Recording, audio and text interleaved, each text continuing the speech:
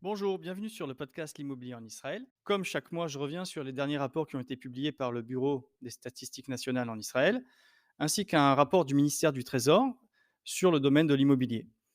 Nous disposons de ces chiffres depuis le 14 et 15 février 2023, c'est-à-dire il y a quelques jours. Et ils se rapportent à la période fin 2022, décembre 2022. Alors, je vais commencer tout de suite par la tendance baissière du nombre de transactions réalisées sur le marché de l'immobilier, toutes transactions confondues. Le premier rapport du ministère du Trésor fait ressortir une baisse globale, donc qui concerne l'ancien et le neuf, de 38% du nombre de ventes en décembre 2022 par rapport à décembre 2021. Je rappelle quand même qu'en 2021, nous avions vu une année record. Alors jusqu'à présent, on comparait une période boostée par cette augmentation de la taxe d'acquisition pour les investisseurs. Et donc, c'était difficile de comparer ce qu'on voyait en novembre 2022 à novembre 2021. Mais aujourd'hui, ce n'est plus le cas, puisque nous sommes déjà plus d'un an après l'augmentation de la taxe, et que si je compare maintenant décembre 2022 à décembre 2021, nous devrions trouver un marché, on va dire, comparable en termes de circonstances. Or, malgré un retour à la normale et donc pas d'événement fiscal, nous constatons une baisse de 38% du nombre de ventes. C'est le plus bas niveau de vente pour un mois de décembre depuis 2008. Et 2008, je vous rappelle, c'était quand même l'année de la crise financière mondiale. Pour la première fois, et ça c'est à noter, depuis le début de la baisse du nombre de ventes, qui est autre fait intéressant, pour la première fois depuis le début de la baisse du nombre de ventes, ce n'est plus les investisseurs qui sont en régression en termes de nombre d'acquisitions, mais ce sont majoritairement aujourd'hui les primo-accédants, donc les personnes qui n'ont pas encore d'appartement et qui souhaitent en acheter un, et les propriétaires qui ont vendu ou qui vont vendre leur appartement pour en acheter un plus grand ou un plus beau. Donc ce sont vraiment des foyers qui ont une utilité, on va dire, de logement pour leurs transactions immobilières. Et donc, ce n'est plus un retrait des investisseurs du marché de l'immobilier, mais ça concerne vraiment maintenant des personnes qui comptaient acheter peut-être ou qui doivent acheter mais qui ne le font plus.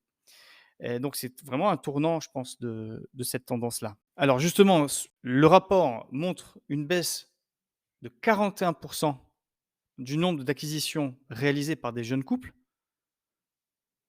C'est-à-dire que ceux-ci se trouvent dans l'impossibilité d'acheter aujourd'hui. Alors comme on disait, si on s'intéresse maintenant aux acquisitions réalisées par les jeunes couples, en décembre 2022, elle est en baisse de 41% par rapport à décembre 2021. 41% de moins de jeunes couples qui ont acheté un appartement qu'il y a un an. La question va revenir en permanence dans cette analyse aujourd'hui. Est-ce que cette absence d'acquisition est due d'abord parce que les moyens financiers sont inexistants pour eux, ils ne sont plus finançables, parce que comme nous allons le voir, les taux d'intérêt ayant augmenté, ils ne peuvent plus acheter au prix actuel avec un crédit, ou tout simplement, ils le peuvent encore, mais ils comptent ou ils misent sur une baisse des prix et donc sont prêts à acheter dès que le marché montrera des signes de baisse pour, on va dire, faire une bonne affaire. En termes de région, le rapport montre que la baisse du nombre de transactions concerne en particulier la région centre du pays, ce qui ne semble pas très étonnant puisque c'est là où les prix sont les plus élevés.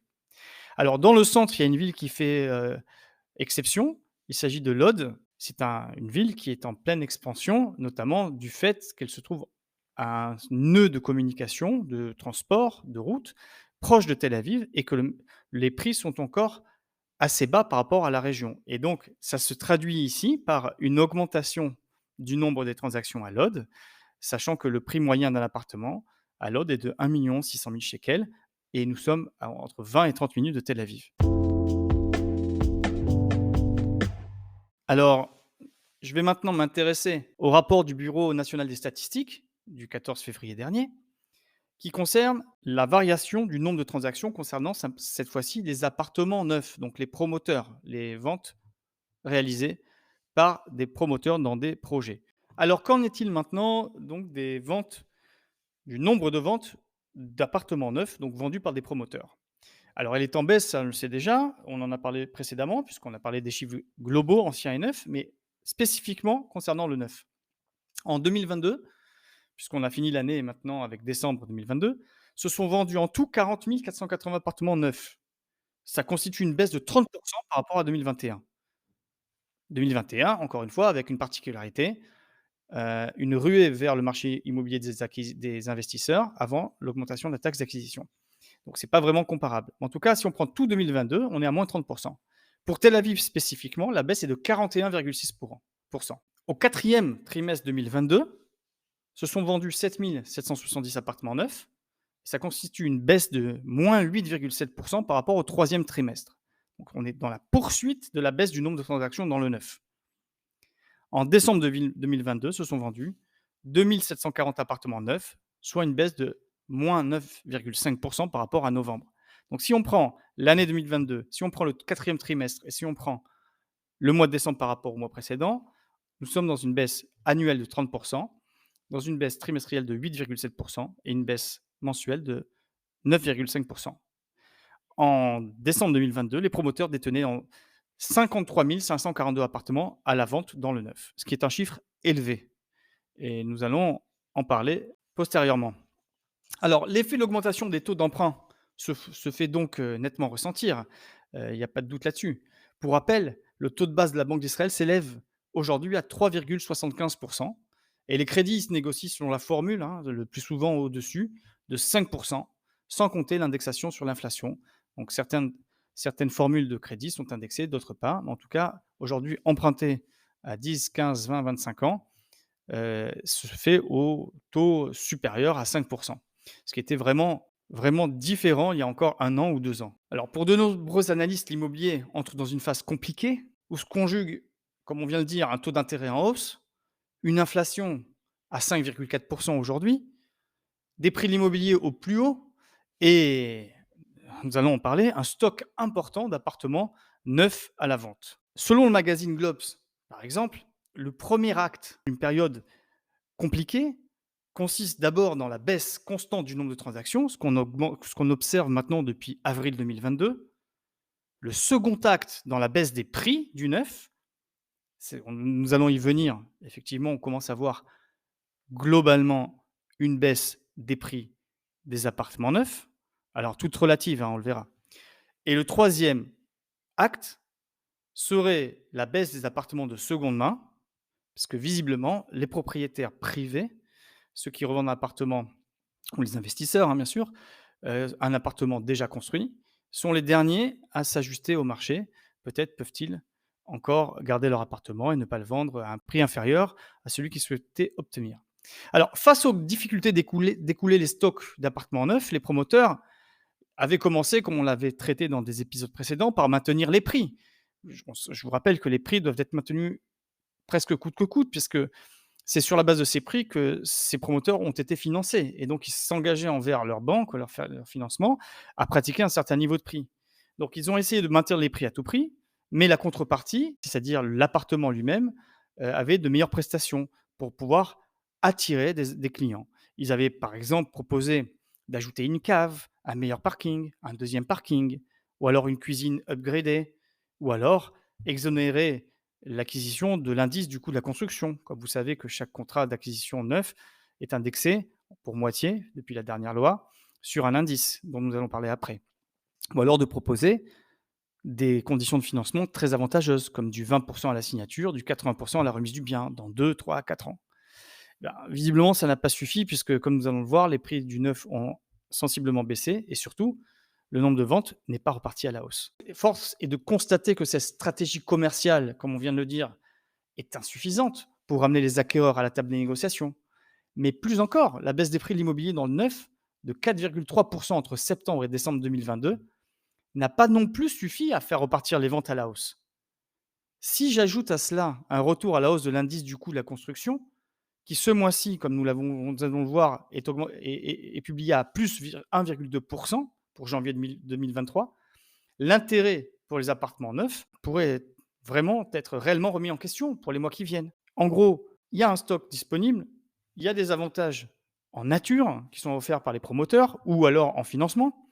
Les prix ont commencé à baisser un petit peu, 4,3 sur les prix pratiqués, il y a 3 à 4 mois, et pourtant les ventes ne sont toujours pas reparties à la hausse.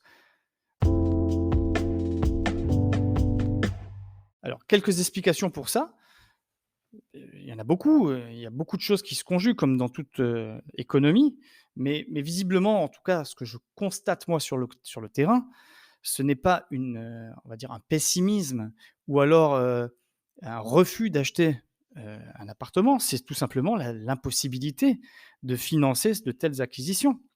Les investisseurs, eux, ils se trouvent dans une position où l'argent est rémunéré, beaucoup plus que précédemment, et l'immobilier rapporte un peu moins que ce qu'il rapportait précédemment, surtout en termes de potentielle plus-value, puisque le marché est assez haut.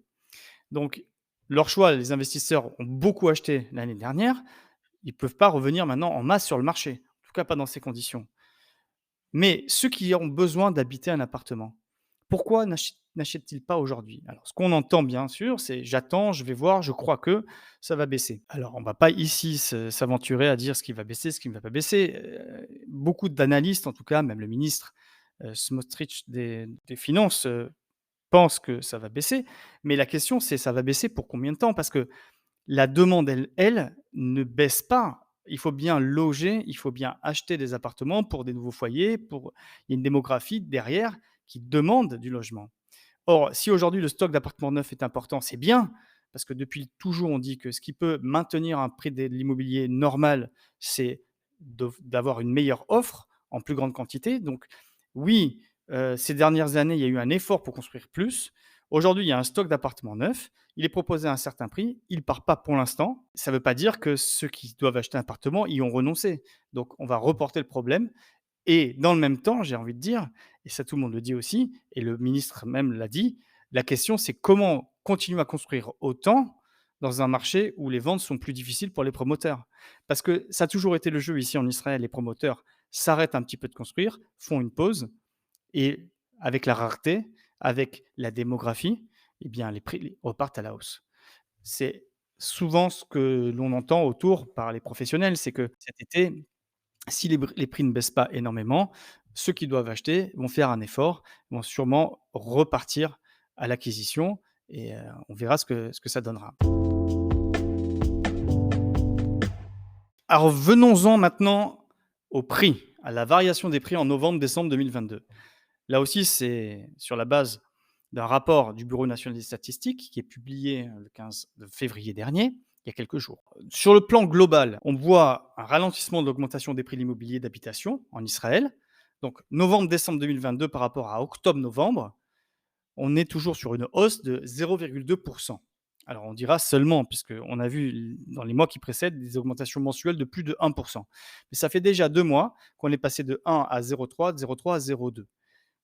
Comme on l'a vu précédemment, ça concerne en plus un petit nombre de transactions, puisque le nombre de transactions, lui, est en baisse importante.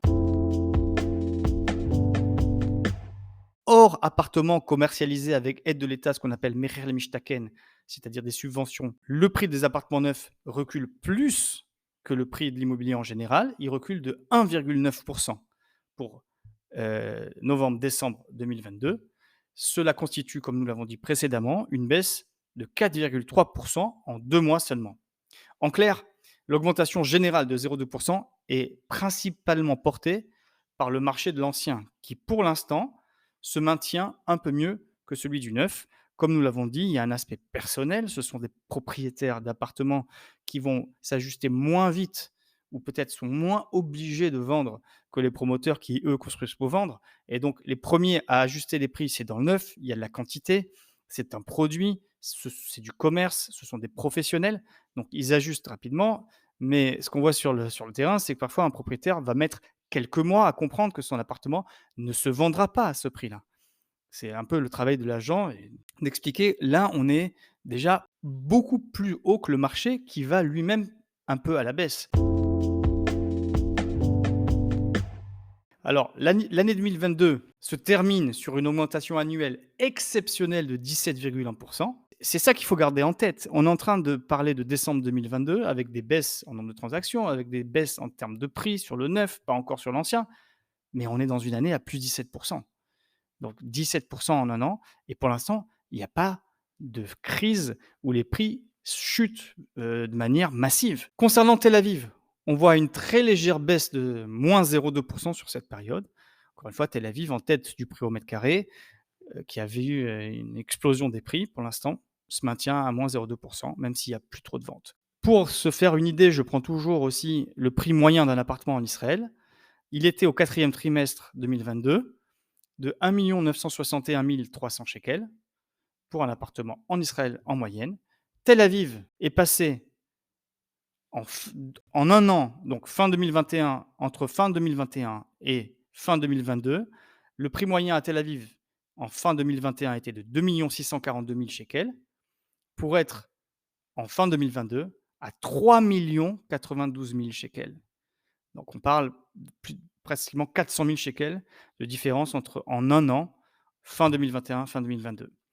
Si on parle maintenant de la région centre, elle est passée de 2 055 000 shekels pour un appartement fin 2021 à 2 464 000 shekels fin 2022. On est aussi sur une augmentation de plus de 400 000 shekels en un an.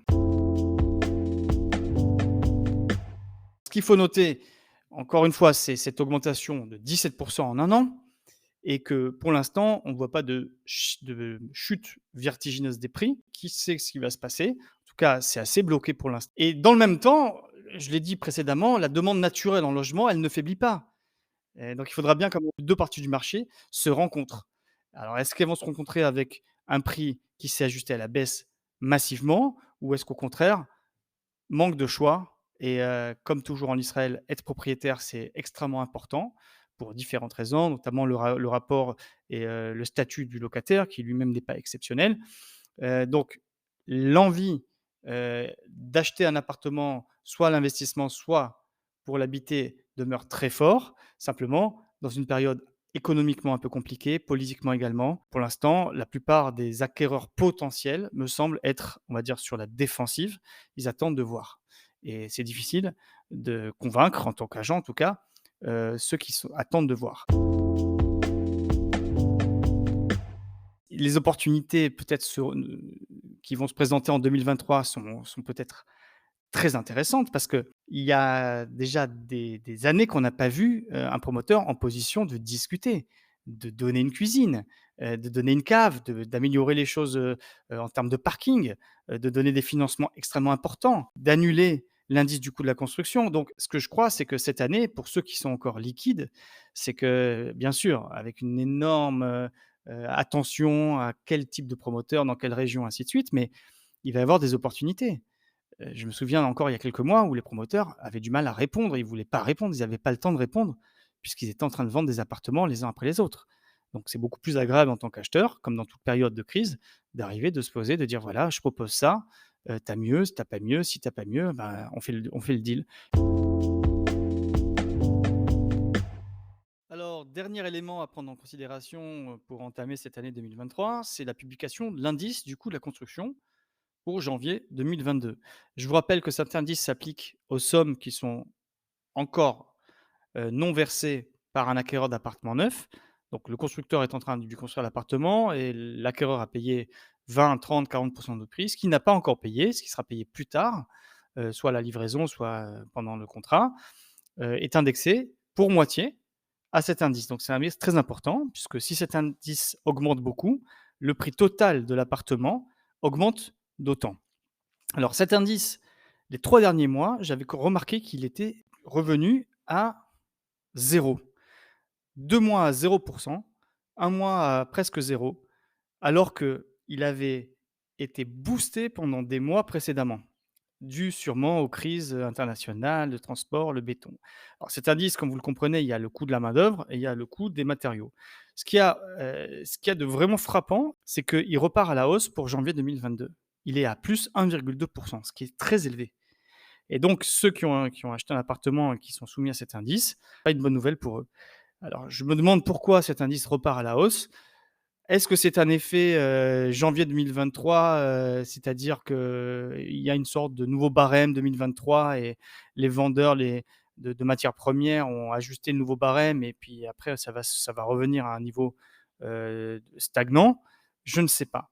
En tout cas, c'est un élément qui va rendre plus difficile les ventes d'appartements neufs, même si, il faut le dire, la loi avait beaucoup limité puisqu'il n'y a que 40 du prix qui peut être, soumis à cet indice-là. Or, auparavant, il y a, un peu plus d'un an, c'était tout ce qui n'était pas payé.